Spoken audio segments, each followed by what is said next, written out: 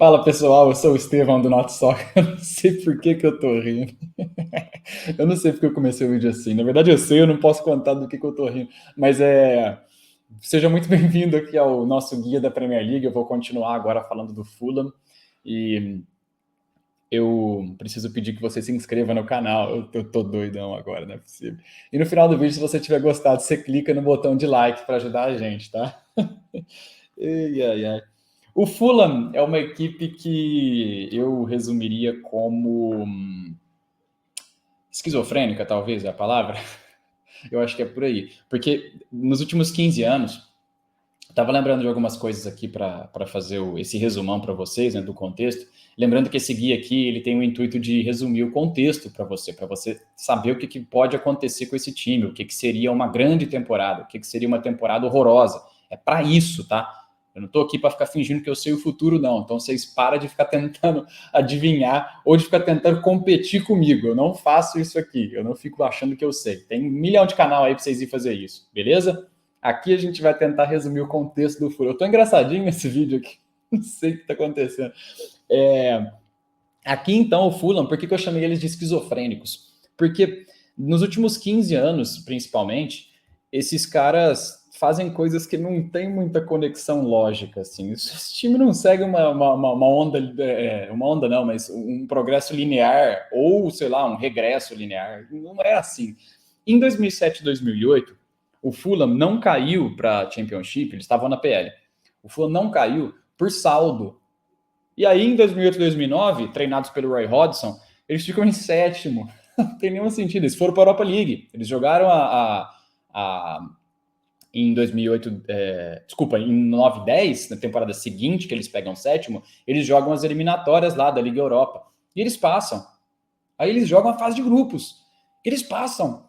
E eles vão passando no mata-mata e eles chegam na final da Europa League. Tipo, isso aqui não faz nenhum sentido. Eu acabei de falar que 2 temporadas antes disso daqui, esses caras não caíram por causa de saldo. E aí, de repente, tá lá o Roy Hodgson levando os caras para a final da Liga Europa. Eles perdem para o Atlético de Madrid na final. O Atlético de um cara lá, como é que chama aquele lá? É Agüero, não é? Não tem esse tal de Agüero aí? Tem um outro lá também, um fraquinho, não, o tal de Diego Forlan. Tem um outro, um tal de Simão Sabrosa, José Antônio Reyes, esses caras que a gente lembra das décadas passadas, e alguns deles históricos, né? No gol, inclusive, do Atlético tinha o David De Gea.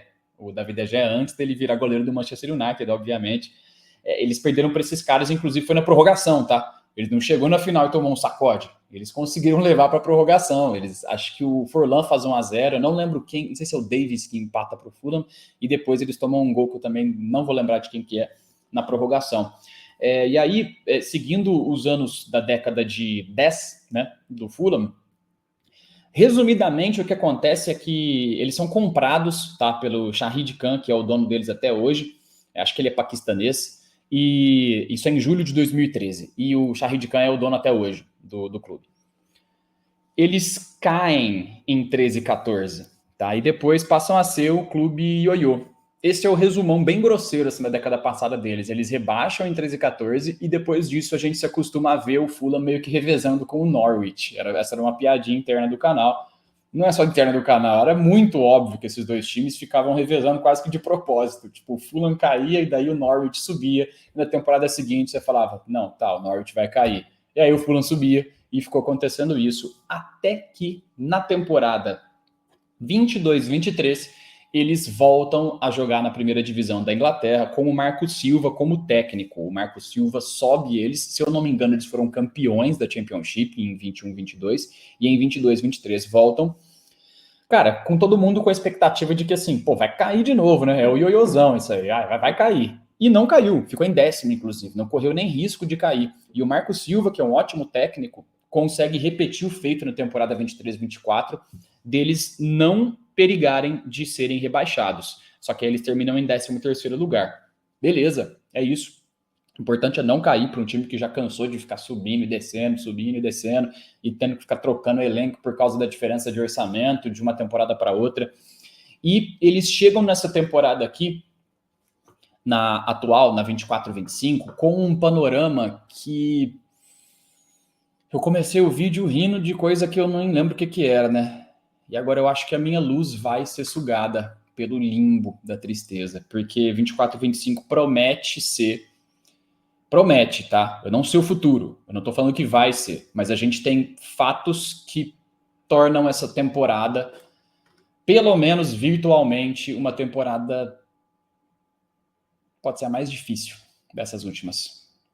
Se o feito do Marco Silva de deixar eles em 10º lugar e 13º foi um feito que eu acho digno de aplausos, até por causa da forma que eles jogavam, que é uma forma entre o que seria dos times que sobem e conseguem se manter até hoje, entre o que seria o Brentford aqui com o futebol de mais contra-ataque, bola longa, disputa aérea pra caramba, lateral na área, e o Brighton, que já é o futebol mais bem jogado, troca de passes, aproximação, sai jogando lá atrás quase toda vez. Eles estão entre esses caras. O Fulham não é uma equipe que gosta de ficar se colocando lá atrás para ficar defendendo com 11 atrás da bola, e também não é uma equipe que vai criar um baita controle no campo de ataque, que, nossa, meu Deus, o carrossel branco aqui. Não é o caso. Mas para essa temporada aqui, esse time talvez não consiga fazer as mesmas coisas. Talvez, tá? Porque as perdas do Fulham para 24 e 25 não serão repostas com a mesma qualidade. Não tem como. Ou tem, mas no caso do Adarabioio, que eles perdem de graça para o Chelsea, o Palhinha não vai ser reposto nem a pau. Ele é o principal caso que eu estou citando aqui como o que me dá mais medo. E o The Cordova Reed é uma peça importante também, mas ela é mais periférica, né? O The Cordova Reed não é um titular do elenco do time. Ele é um jogador de elenco para tapar buraco em diversas partes do time, né? No caso, tipo um James Milner. E ele pega nota 6,5, 7 nessas posições. Por isso que é uma peça que eu acho muito importante. Mas ele saiu, ele foi para o Leicester. O Tosinho Adarabioio, como eu disse, vai de graça para o Chelsea. Complicado, né? O cara sair de graça, é um ótimo zagueiro. E o Palhinha, esse sim, um grande jogador, que vai para o Bayern de Munique, já foi, né? E rendeu pelo menos um dinheirinho aí aos cofres acho que cerca de 50 milhões de euros aos cofres do Fulham. Eles perdem também, para continuar aqui a minha justificativa do porquê que eu tô com receio, com um certo medo pela temporada 24 a 25 do Fulham, eles perdem o Tim Ream, que era capitão, zagueiro, e eles, ou seja, perderam 2 zagueiros para um elenco que já era enxuto, tá? E eles perdem o William. Acabou o contrato do William, o Fulham não quis renovar, o William que jogou a temporada passada com 35 e jogou muito bem. E a passada também. O William era uma constante do time titular. O William vai jogar? O adversário tem que pensar direito no que ele vai fazer do lado direito da defesa dele para segurar o William. Jogador muito técnico, muito curioso como ele veio para o Corinthians, né, não conseguiu render, e aí ele volta para jogar na Premier League pelo Fulham e joga para caramba. Perderam ele. Todas essas perdas aqui foram perdas complicadas para repor, né? Até do The Cordova Reed, que não é titular. Então, o que resta para a gente de projetar o elenco deles para essa temporada considerando as chegadas de Smith Rowe, Cuenca, que é zagueiro, e Ryan Sessegnon, que é lateral esquerdo, que também pode fazer outras funções desse lado do campo, a gente tem, então, um time que, até o momento, segundo o Capology, aquele site que eu já comentei para vocês, né, que a gente usa para olhar folhas salariais, eles têm a 13ª folha salarial da Premier League. 13ª. Tá. Só que o elenco, como eu disse, é muito enxuto ao ponto deles, nesse momento, terem 3 zagueiros no time principal. 3. Respeitáveis, é claro, eu digo. Eu não vou contar os meninos da base aqui. Mas eles têm o Diop, o Bessel e o Cuenca que eles contrataram agora. Que eu não vou me atrever a comentar a respeito, porque eu não conheço o cara. No gol vai ser o Leno. A zaga, até o momento, tem que ser Diop e Bessel, até porque foi a zaga que terminou a temporada passada como titular. O Castanhe na lateral direita ou o Kenny Tete, mas na temporada passada quem jogou mais foi o Castanhe. Anthony Robinson na lateral esquerda. Esses 4 caras formam, aliás, né, os 5, né, o Leno e os 4 aqui formam uma linha defensiva digna. Isso aqui não atrapalha o Marco Silva. O problema é o decorrer da temporada. Só que para a lateral esquerda agora você tem o Sessegnon.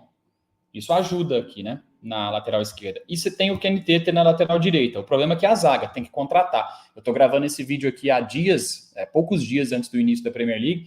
Então, esses caras precisam arrumar urgentemente outros zagueiros aqui. Entrar para a temporada só com 3 é doideira. A não ser que você tenha o o Gamarra surgindo na base do Fulham. Sasha Lukic e Harrison Reed são os volantes que eles têm até agora. E lembrando que para um desses lugares aqui pode entrar o Tom Kearney, eu acho que no lugar do Harrison Reed. Tá faltando gente aqui também. Precisa de volante. Precisa de um destruidor aqui, de um cara confiável para o time poder jogar do jeito que jogava com o Palhinha. Agora, do meio adiante, né, para os jogadores mais de ataque, a gente tem o Andreas como 10. Lembrando que o Andreas ele pode sair nessa janela. Tem especulações a respeito. Eu não estou dizendo que elas são confiáveis, eu estou dizendo que o nome dele é muito citado para outros clubes. E há uma incerteza a respeito da permanência dele no time. Harry Wilson deve jogar na direita e o Iwobi pela esquerda. Mas, lembra que eu falei que eles contrataram o Emily Smith-Rowe do Arsenal? Inclusive, a contratação mais cara da história do Fulham. Então, o Smith-Rowe pode fazer qualquer um desses papéis aqui. Seja o de 10, seja pelos lados do campo. O Rodrigo Muniz é o centroavante desse time, o cara que conseguiu salvar o Fulham da ausência de gols depois de perder o Aleksandar Mitrovic, porque Carlos Vinícius, inclusive, foi emprestado temporada passada, eles chegaram a pegar o Armando Broja do Chelsea por empréstimo, mas todo mundo, inclusive o Raul Jimenez também, todo mundo abaixou a cabeça para o Rodrigo Muniz, que fez uma temporada espetacular, e é de fato aqui não só o centroavante titular, como uma das peças de confiança desse time que sobrou. Acho que esse é o termo aqui, sobrou uma galera, né? Depois da saída de Palhinha, Tozinho, The Cordova Reed, Tim Ream e William, sobrou uns caras, e agora o Fulham vai ter que se virar com eles.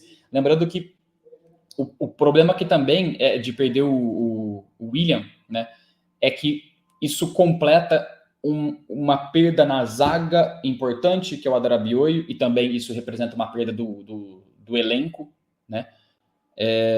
Eu digo no sentido da profundidade do seu time, né? Se você perder por lesão o Diop, você tá ferrado agora. Você vai ter que colocar o Cuenca e se acontecer uma outra lesão aqui, você ferrou, né? O cara tá cansado durante o jogo, você não tem quem colocar. No meio campo você perde o Palhinha, um farol do time, e no ataque, na criação das jogadas, você perde o William. Então todos os setores foram dramaticamente afetados. E pelas pontas, que é o que eu ia falar, o Iwobi e o Harry Wilson, eles não se firmaram tão bem assim. Em momento algum, esses caras aqui, você olhava para eles e falava, nossa, agora o William, o Muniz, o Andreas, eles têm um cara ali na ponta que está dividindo a responsabilidade igualmente. Não, esses caras têm mais flashes. Tem um jogo que você vê o Iwobi e fala, caramba, hoje ele jogou muito.